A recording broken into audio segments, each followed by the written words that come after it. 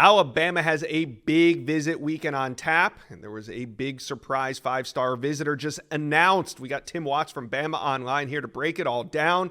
The Tide also landed a massive commitment this week from California four-star offensive lineman Jackson Lloyd, but we want to know what needs still remain on that offensive front and who is Alabama's top target. But first, Bama fans, hit subscribe to the On3 Recruits channel. We love talking Tide recruiting all year round. Go ahead, hit subscribe for me, please. All right, let's bring on Tim Watts of Bama Online. So we saw the big decommitment of five-star defensive lineman Justus Terry from USC. And then moments after he announced his decommitment, he had more big news. He's taking an official visit to Alabama this weekend. So what's been going on behind the scenes between Terry and Alabama? Well, I think Alabama's continued to recruit him. I think his commitment to USC surprised a lot of people. You know, it's kind of interesting. He committed to USC. I'm not sure anyone really considered him locked down in any form or fashion. You've seen a lot of schools in the South continue to recruit him, and I think this helps Alabama for one reason is that Freddie Roach was the defensive line coach last year when Alabama was recruiting him. I think they had him on campus in July last year, so that relationship's been there. Of course, Freddie Roach was retained by Kalen DeBoer, so that probably played a factor. But again, you know, the guy decommits. You know, we hear rumors he wants to play in the South. I think Georgia's the team to beat. I think we've always thought that. Everybody in the industry, Steve Wiltfong, Chad Simmons, has crystal balls in.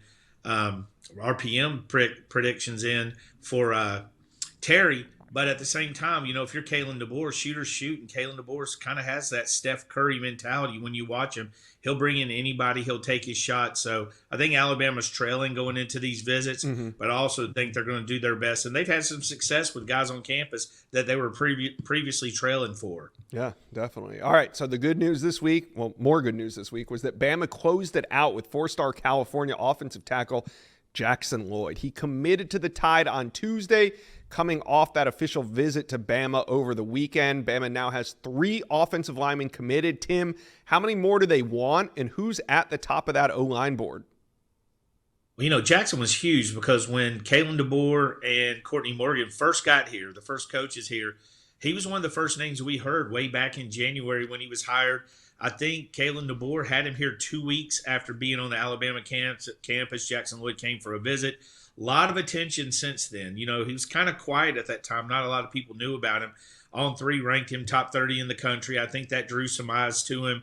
And, of course, Ohio State put the full court press on him. You know, in that last weekend, he visited Ohio State. There was sort of some whispers that Ohio State might land him, some confidence on their end. But as far as we're concerned, we always thought Alabama was in a good shape there. So that was a big piece to fall. Like you said, they got 3 commitments. They still have a couple guys they're recruiting.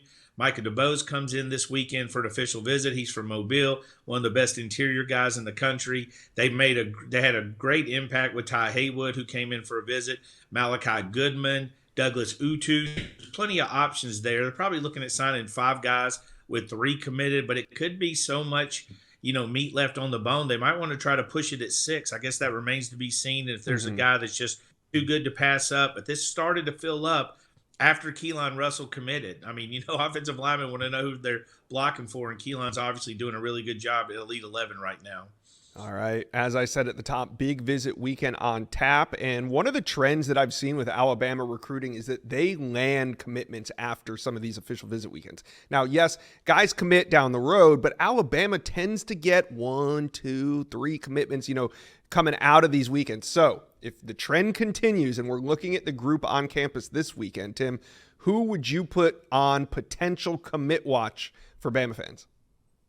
I mean, Alabama just doesn't get them after the visit. They had the punter from California who had just visited Florida with had an offer from Oklahoma. He committed in the middle of Saturday afternoon on his visit. He was good.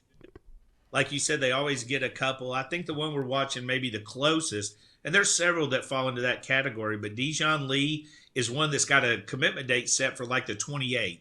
So after this visit, I think Alabama's did a good job, but after this visit, I guess he's going to sit down, make his final decision.